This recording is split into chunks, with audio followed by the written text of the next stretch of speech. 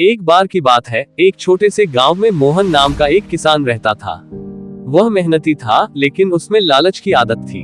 उसका मानना था कि ज्यादा धन ही इंसान को सुखी बना सकता है। एक दिन मोहन के खेत में एक साधु आया। साधु ने कहा, तुम बहुत मेहनत करते हो, इसलिए मैं तुम्हें एक वरदान देता हूँ। तुम्हें सुबह से लेकर सूरज डूबने तक जितनी जमीन पर दौड़ लगाओगे, वह सब तुम्हारी हो जाएगी। लेकिन एक शर्त है, सूरज डूबने से पहले वापस उसी स्थान पर आना होगा जहां से दौड़ शुरू की थी। अगर तुम समय पर नहीं लौटे तो सारी जमीन खो दोगे। मोहन को ये सुनकर बहुत खुशी हुई। उसने सोचा, ये तो मेरे जीवन का सबसे बड़ा अवसर है। मैं ज्यादा से ज्यादा जमीन हासिल करूंगा। अगले दिन सूरज उगते ही मोहन ने दौड़ शुरू की। वह तेजी से दौड़ता गया और दूर दूर तक जमीन पर दावा करता गया।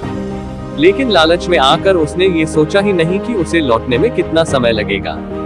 दोपहर होते होते मोहन थकने लगा, लेकिन उसका लालच कम नहीं हुआ। उसने सोचा, थोड़ी और जमीन मिल जाए तो अच्छा रहेगा। जब सूरज ढलने लगा तो उसने वापस लौटने की कोशिश की। मोहन पूरी ताकत से दौड़ा, लेकिन वह थक चुका था। सूरज धीरे धीरे ढलने लगा। वह जितना तेज दौड़ सकता था दौड़ा, लेकिन समय खत्म होने के कुछ पल पहले ही वह थकान से गिर पड़ा। सूरज डूब गया और मोहन ने अपनी आखिरी सांस ली।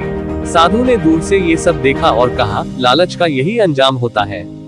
मोहन ने अपनी जरूरत से ज्यादा पाने की कोशिश की और अंत में सब कुछ खो दिया।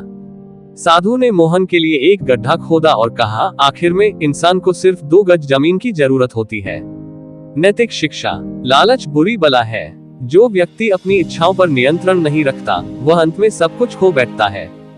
हमें हमेशा अपनी जरूरतों के अनुसार संतोष करना चाहिए।